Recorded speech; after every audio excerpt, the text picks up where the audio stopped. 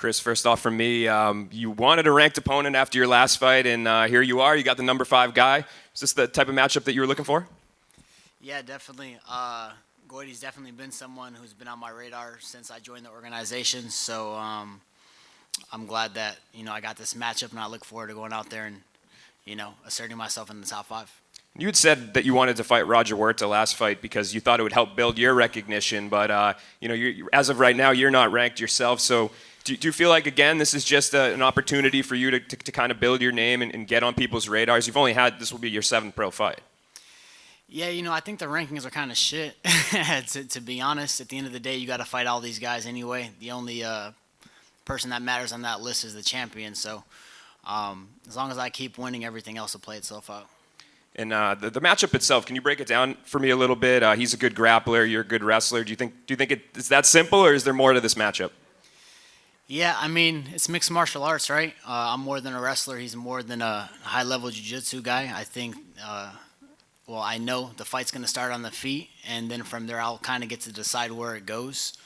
I have my game plan. I'm sure he has his. It'll just come down to who executes theirs better. And I see you're repping Team USA up there. Any regrets, any itches that, I know you pivoted from the Olympic trials and decided to do MMA instead. Any regrets on that front? Yeah, no regrets, man. I'm in a great position. I'm blessed to be where I'm at. I just rocked the sweater to show support for all my friends that are out there at the Olympic Games trying to do their thing out there and bring home the gold for us. So, good luck to everyone out there. I wish them nothing but the best. We'll be competing, right around the same time. So hopefully I can get the job done and represent for them as well. Hey, Chris. I noticed there are quite a few lightweights on the undercard. Obviously, the champion of your division is fighting at the top of it. He's been at 145 for a minute now. Do you feel like there's a little bit more of a spotlight to let him know on Saturday that, hey, he's still got business up at 155? Yeah, he's been in this featherweight tournament for, I think, a little bit over a year. So there's kind of been some stagnation in the lightweight division. We'll see how this matchup with McKee plays out. I wish both of them nothing but success. But after he handles his business and I handle mine this weekend, then, I hope he's ready to have a quick turnaround because I'm definitely looking to be contending for that belt pretty soon here. Do you think that he gets the job done against AJ? What was that? I'm sorry. Do you think he wins the fight with AJ? Yeah, I don't know. It's another one of those things where they both are more than capable of winning. It's just going to come down to who executes their game plan better. They can both win, and I think AJ has more ways to win. I think Pitbull's going to have to knock him out if he is to pull it off. AJ's long, so if he can keep his distance and keep him at range, maybe tire him out in the first and second round, he can take away some of that zap on his punches, and, I think he can get it done. My final question, obviously there's going to be quite the crowd in Los Angeles for this fight. What are your thoughts on fighting in front of the fans in this capacity again? Yeah, no, I'm super excited about it. So I was actually supposed to have my debut here at the Forum when I was supposed to debut with Bellator, but my opponent actually backed out the day before weigh-ins. Bellator was kind enough to still fly me out so I could get that experience and, spend time with all my friends and family who had gotten flights and tickets to the event. But yeah, no, I'm just looking forward to having the crowd back and putting on the show I didn't get to put on for them when I was supposed to the first go around. You're wearing a Team USA sweatshirt, so I got to ask you about Simone Biles. Obviously that's the big news right now, her pulling out due to mental health issues. I'm curious if that's ever been something you've dealt with, or if you can relate, or what your thoughts are on the reason for her pulling out. We good? Sounds like there might be an Amber Alert. Not funny, but. Yeah, no. You gotta commend her. It takes a really strong-minded person. No pun intended. Obviously, talking about mental health, but I think you got to be pretty strong-minded to, just address the world and let them know that you're going through something that's bigger than yourself or bigger than the moment, and there's not many moments that are bigger than the Olympics. And for her to just honor and recognize that speaks volumes on what she's capable of mentally. There's not a lot of people who would have done that. I think she actually probably did the right thing. She gave someone else an opportunity that she may not have been able to perform to the best of her abilities. As far as personally, I think we all go through stuff mentally. I'd be lying if I said if I've never struggled with anything mentally or physically for that matter.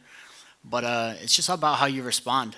You just got to keep on going, put one foot in front of the next, and everything will play itself out the way it should. Chris, talk to me a little bit about what this fight means to you. Yeah, I mean, it's just another fight, right? I just want to go out there, put on an exciting performance for the fans, and show Bellator that I'm capable of these fights. I've been asking for bigger name fights and stuff that's gonna propel me to title contention. So this fight means a lot. At the end of the day, I got a job to do, and I'm just gonna go out there and get it done. How do you feel you match up against your opponent? Really well. I think I match up really well against all these guys. Being a high-level wrestler, I think I dictate where the fight goes. So that's an advantageous thing for myself. I can see myself winning this fight in a variety of different ways. So I think I match up really well. Hey, Chris, I was going to ask you, with your wrestling ability and his jiu-jitsu, obviously, is it going to cancel each other out? Are you guys going to bang? Are you going to catch him in transitions? I mean, I don't want you to give away the game plan, but, how are you going to stop that body triangle? And he's obviously going for your neck. Yeah, if you want to body triangle me, go for it.